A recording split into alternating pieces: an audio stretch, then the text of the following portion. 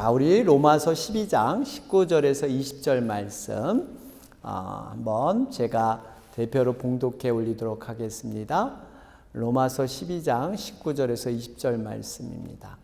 내 사랑하는 자들아, 너희가 친히 원수를 갚지 말고 하나님의 진노하심에 맡기라. 기록되었으되 원수 갚는 것이 내게 있으니 내가 갚으리라고 주께서 말씀하시니라. 내 원수가 줄이거든 먹이고 목마르거든 마시게 하라. 그리함으로 내가 숯불을 그 머리에 쌓아 놓으리라. 아멘. 우리 제가 광고 말씀드렸듯이 11월 달은 감사의 달입니다. 여러분들이 한 해를 굉장히 열심히 우리가 살아왔는데, 근데 하나님의 은혜를 붙들고 하나님께 감사를 돌리는 달인데, 한 해 동안 여러분들은 어떤 감사가 있을까요? 어떤 것을 하나님께 이렇게 하나님 참 이게 감사했습니다 라는 그러한 고백들을 어떤 제목으로 여러분 드릴 수 있을까요?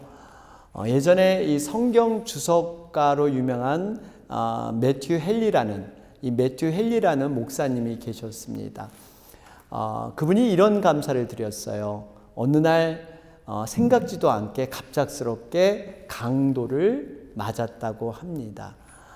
그 순간에 그 목사님은 순간적으로 4가지 감사가 머릿속에 스쳤다고 합니다. 첫 번째 감사 제목이 내가 일이 있기 전에는 한 번도 강도 만난 적이 없음을 감사했다. 이런 감사를 드렸어요. 과거에 한 번도 이런 일이 안 일어난 것을 감사했다. 두 번째가 강도가 자신의 돈은 가져갔지만 자신의 목숨은 가져가지 않았음을 감사했다. 이런 고백을 했습니다.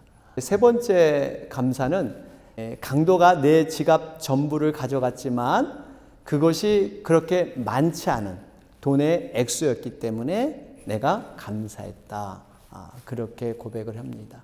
네 번째는 조금 생소할지 모르겠어요. 우리 입장에서는. 근데 이분은 이런 감사를 드렸어요. 그 사람이 강도였지 내가 강도가 아니었다는 것을 사실 감사했다. 이런 고백을 했습니다. 여러분, 4가지 감사 제목을 들으면서 어떤 생각이 드세요? 사실 성경 말씀에는 많은 구절에서 범사에 감사하라 이런 말씀이 많이 있습니다. 그러니까 범사에 감사하는 것은요, 이것이 너희를 향한 하나님의 뜻이라고 이렇게 얘기를 해요. 결국 감사는 어떤 상황을 봐서 해도 되고 안 해도 되는 어떤 옵션이 아니라 하나님의 절대적인 명령이 감사라는 것이죠. 우리가 만약에 삶을 예배로 생각한다면, 삶을 제사로 생각한다면 반드시 함께 드려야 될 제물, 이것이 바로 감사에 속한다. 이렇게 볼 수가 있습니다. 그래서 우리가 때로 범사에 감사한다. 이 범사라는 것은 내 주변에 일어난 모든 상황과 사건에서 이렇게 감사한 것이 있다는 거예요. 범사라는 것은. 그러면 혹시 여러분 중에 이런 생각을 하실 분이 계실지 모르겠어요. 목사님, 아니 사실 나에게 감사할 일이 생겨야지 감사가 나오죠. 제겐 사실 특별한 일도 없었고 올해 돌아보면 힘든 기억밖에 없습니다. 제 기억에는 감사할 것이 별로 없는 것 같아요. 그런데 어떻게 감사가 될 수 있을까요? 여러분, 과연 우리가 정말 우리의 삶을 쭉 면밀하게 펼쳐보면요, 우리의 삶이 정말 이렇게 어려움과 고난과 문제만 있었을까요? 그렇진 않았을 거예요. 어떻게 보면 우리 삶이 남들과 비교하는 가운데 정말 내 삶이 어떻게 보면 참 연약해 보이고 초라해 보이기 때문에 감사가 없지 않은가, 이런 것도 있을 수 있고요. 사실 우리의 삶을 정말 쫙 하나님 앞에 펼쳐보면 어딘가 감사의 제목을 찾을 수 있다는 겁니다. 바로 제가 앞에서 말씀드린 이 매튜 헨리 이 목사님도 봐도 강도를 당했잖아요. 강도. 어떻게 보면 평상시 일어나지 않던 이 정말 세상적으로 불운하다고 생각하는 그 순간에도 그 목사님이 감사할 수 있었다는 것. 불평하고 원망할 수 있지만 그 모습에서 감사를 할 수 있다는 거. 여러분, 이것을 우리는 다시 한번 돌아볼 필요가 있습니다. 사실 우리가 어떤 사고를 만났을 때요, 그 사고가 그 전에도 그런 사고가 일어날 수 있는 상황들이 많이 있었습니다. 솔직히. 한 예를 들어 볼까요? 오늘 우리 이렇게 오다가 만약에 스탑 사인을 딱 이렇게 안 지켜가지고 교통 티켓을 딱 띄었다고 여러분 가정해 보세요. 사실 우리끼리 얘기지만 여러분, 과거에 우리가 사실 이 스탑 사인 정확히 3초죠?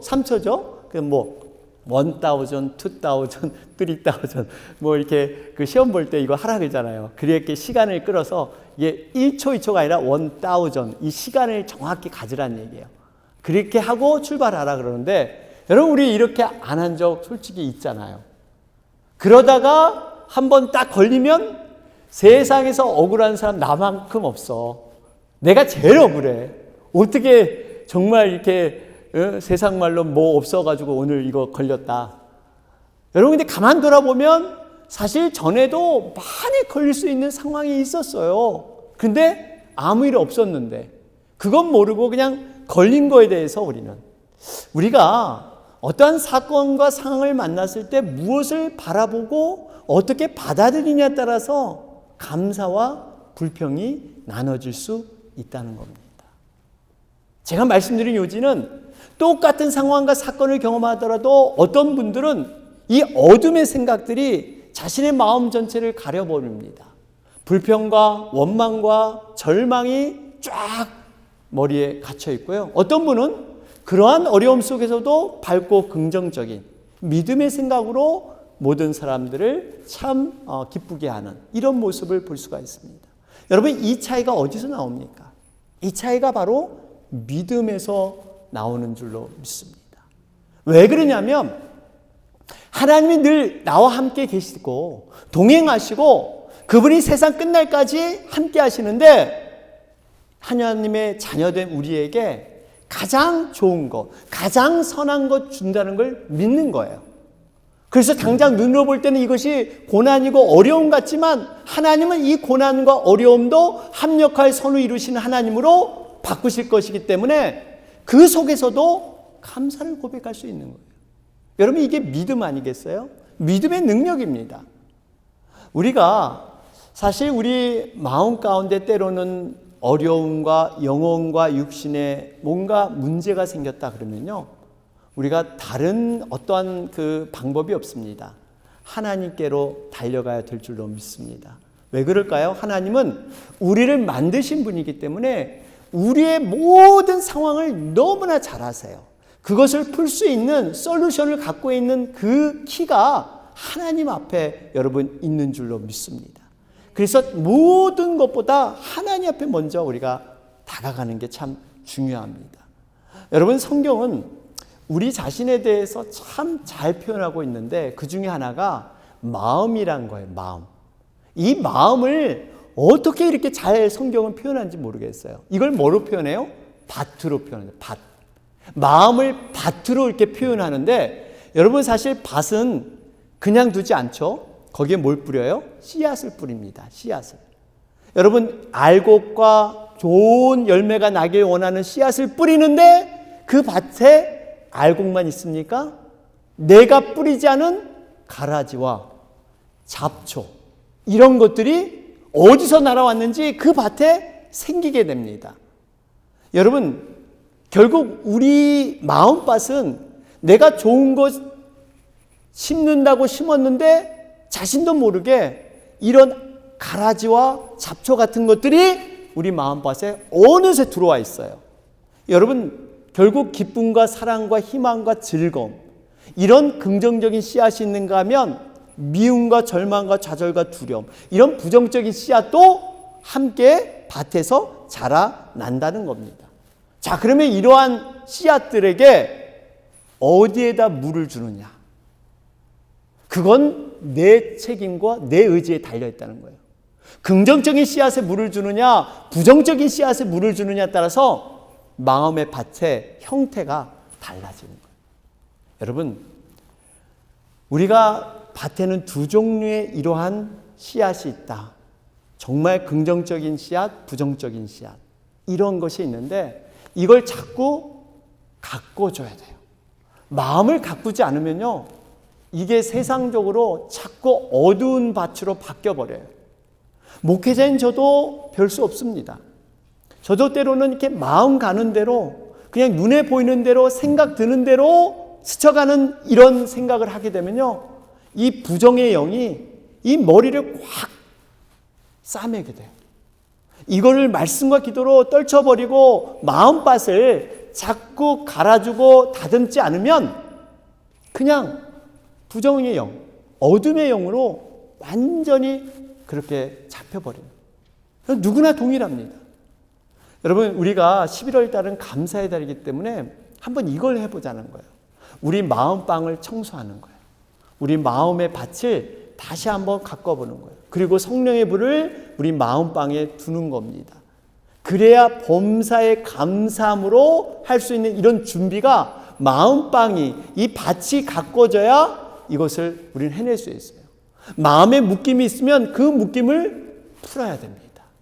우리가 지난 시간까지 우리 갈라디아서 말씀을 묵상했는데, 갈라디아서는 율법과 복음, 옛사람과 새사람, 또 육적인 사람과 성령의 사람, 이 차이에 대해서 설명해 주고 있습니다. 과거에는 율법이 주는 어떤 정죄, 판단, 이런 심판의 얽매에서 살아갔던 존재라면, 이제는 이 복음을 통해서 새 사람이 되었고 성령의 사람이 되어서 하나님이 주시는 자유함을 누릴 수 있는 자들이 바로 우리들이라는 거예요. 그래서 과거에 매여있는, 묶여있는 그러한 율법적인 생각으로 돌아가지 말고 이제는 하나님이 주시는 그 자유함, 그 자유함을 가지고 살아라. 이게 바로 갈라디아서 말씀인 거예요. 여러분, 우리들이 살아갈 때요, 자긍심은 필요합니다. 자긍심과 자만심의 차이가 뭐예요? 자긍심은 스스로 자신을 사랑하며 자신이 자신에게 정말 자랑하는 게 자긍심이에요. 자만심은 뭘까요? 교만함은 뭐냐면 내가 남들 앞에서 비교하면서 자신을 남들 앞에 자랑하는 것이 바로 자만심이에요. 여러분, 자긍심은 필요합니다. 하나님 앞에서 우리가 자긍심, 이 자긍심을 갖고 우리가 온전히 살아가는 것, 이게 하나님의 뜻이다라는 것이죠. 오늘 본문 우리 용서에 관한 말씀이에요. 여러분, 너무나 잘 아는 말씀입니다. 용서가 뭘까요? 용서는 사람에 대한 마음의 묶임을 푸는 겁니다. 내 마음에 묶임이 있으면 그걸 풀어버리는 거예요. 오늘 이 배경에 대해서 여러분 좀 깊이 있게 나누길 원하는데, 여러분 이 말씀의 배경을 좀 이해하면 이 바른 해석을 통해서 좀 더 구체적인 삶을 우리는 살아갈 수가 있습니다. 오늘 말씀의 배경을 여러분 좀 잘 아시면 좀 더 이 말씀이 입체감으로 우리에게 들어올 거예요. 일반적으로 복수 또는 보복이란 말은 남에게 이 해를 받은 대로 그만큼 돌려주는 것, 이게 복수고 보복이죠. 성경 말씀에는 분명히 뭐라 그러면 개인적으로 절대 복수하지 마라. 왜냐하면 모든 복수는 누구에게 속했어요? 하나님께 속한. 그러니까 복수와 보복은 하나님의 권한에 있어요. 그걸 내가 하려고 하면은 하나님의 권한을 가로채는 거예요. 이건 안 된다는 거예요. 그래서 구약 성경에도 신명기 32장 35절을 보면 그들이 실족할 그때에 내가 보복하리라. 그들의 환난 날이 가까우니 그들에게 닥칠 그 일이 속히 오리로다. 내가 보복한다. 하나님께서 보복해 주신대요. 하나님께서 복수 갚아 주신대요. 이 정신이 바로 신약에도 그대로 이어져서 오늘 본문 말씀이 로마서 12장 19절이에요. 여기 보면 내 사랑하는 자들아 너희가 친히 원수를 갚지 말고 하나님의 진노하심에 맡기라 기록되었을 때 원수 갚는 것이 내게 있으니, 누구? 하나님께 있으니 내가 갚으리라 주께서 말씀하셨습니다. 여러분, 우리가 이 원수 갚는 것은 분명히 하나님께 있기 때문에 우리가 그걸 관여할 필요가 없다. 그러면서 한 가지 해결책을 제시하는데 그게 바로 오늘 본문의 20절 말씀이에요. 여기 함께 보시면 내 원수가 줄이거든 먹이고 목마르거든 마시우게 하라. 그리함으로 내가 숯불을 그 머리에 쌓아 놓으리라. 여러분, 여기서 우리가 이 앞에 부분은 이해가 되잖아요. 원수가 줄일 때 먹이고 목마를 때 마시게 하라. 뭔가 보복이나 복수하지 말고 선행을 베풀고 자비를 베풀고 긍휼을 베풀어라. 이 뜻은 우리가 100% 실천하지 못하더라도 이해가 되는데, 과연 그 뒤에 그리함으로 내가 숯불을 그 머리에 쌓아 놓으리라, 이 부분을 우리는 어떻게 이해하고 있는가? 그리고 앞에서 이렇게 했던 선행이 왜 이거와 관계 있게 숯불을 머리에 쌓아 놓는 것처럼 이거와 무슨 관계가 있을까? 우리가 이것을 함께 생각해 보고자 합니다. 좀 더 쉬운 성경으로 보면 로마서 12장 20절 말씀을 보면 이렇게 기록되어 있어요. 한글 개역 성경. 여러분, 우리가 지금 갖고 있는 그 성경인데, 여기에는 내가 숯불을 그 머리에 쌓아 놓으리라. 우리 공동 번역은 뭐냐 하면 천주교까지도 기독교까지도 함께 쓰는 그러한 성경을 얘기하고 있죠. 그의 머리에 숯불을 쌓아 놓는 셈이 될 것입니다. 표준세 번역, 우리가 앞으로 이제 성경을 바꿔서 사용할 예정인데 굉장히 쉬운 성경입니다. 그거는 이렇게 있어요. 내가 그의 머리 위에다가 숯불을 쌓는 셈이 될 것이다 하였습니다. 이래요. 거의 비슷하죠. 그런데 이 말씀이 어디서 왔느냐? 이미 구약 잠언서에 있던 말씀을 인용하고 있습니다. 우리 잠언 25장 21절 22절 말씀을 보면, 내 원수가 배고파하거든 음식을 먹이고 목말라 하거든 물을 마시게 하라. 그리하는 것은 핀숯을 그의 머리에 놓는 것과 일반이요 여호와께서 내게 갚아 주시리라. 바로 이 잠언서의 말씀을 다시 한번 인용하면서 그 선행과 긍휼과 사랑으로 원수를 대하라, 이렇게 말씀하고 있습니다. 자, 그러면 그의 머리에 이 숯불을 놓는다, 쌓는다, 이 구절을 어떻게 해석하는 게 옳을까? 이것을 우리 함께 나눠보길 원합니다. 어떤 목사님들은 이 구절을 영적으로 해석한다 그래서 이걸 어떻게 해석하면 핀 숯을 성령의 불로 생각을 합니다. 성령의 불. 그리고 핀 숯과 접촉하는 것을 회개, 이렇게 해석하는 분이 계세요.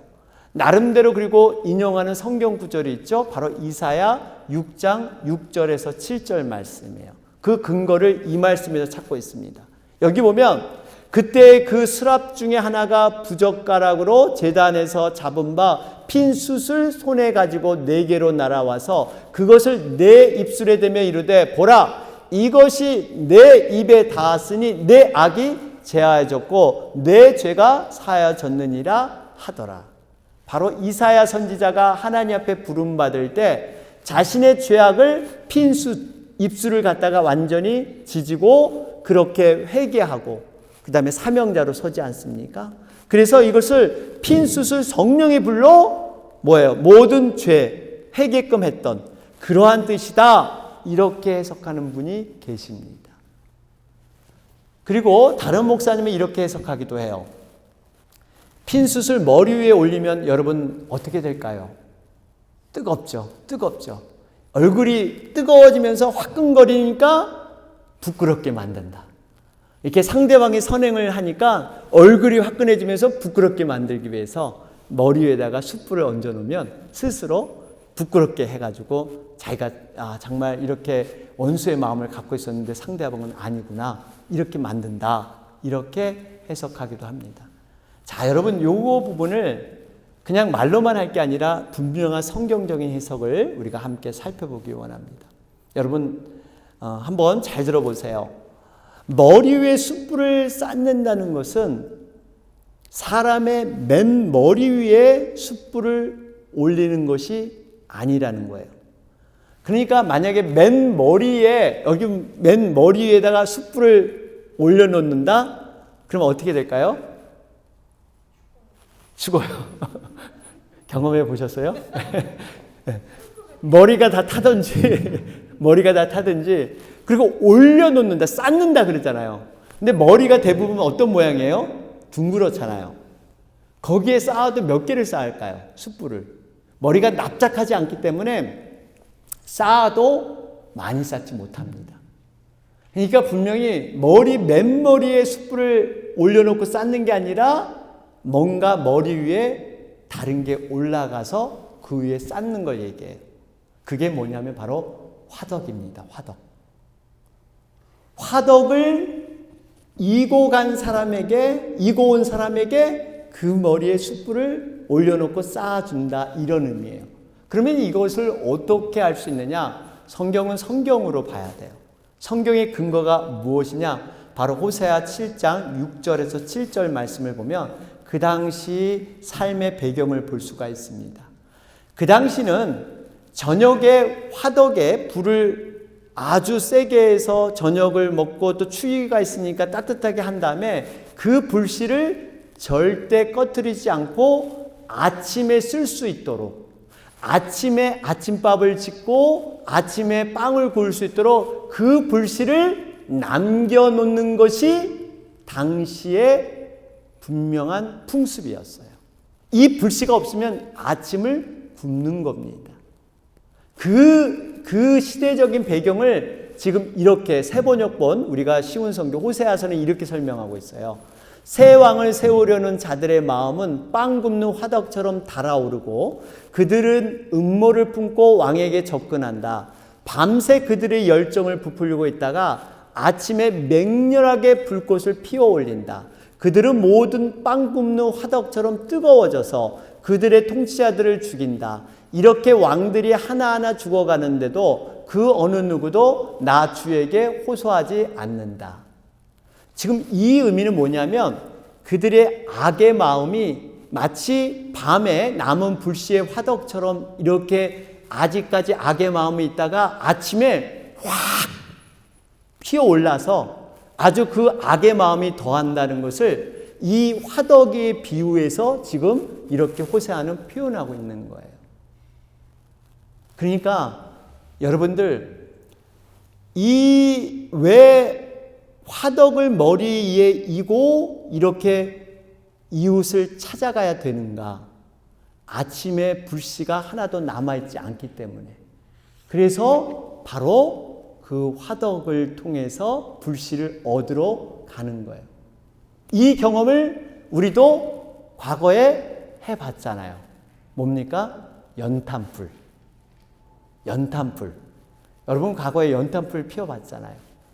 연탄불 피우면 뭐가 제일 중요합니까? 연탄불 가는 거.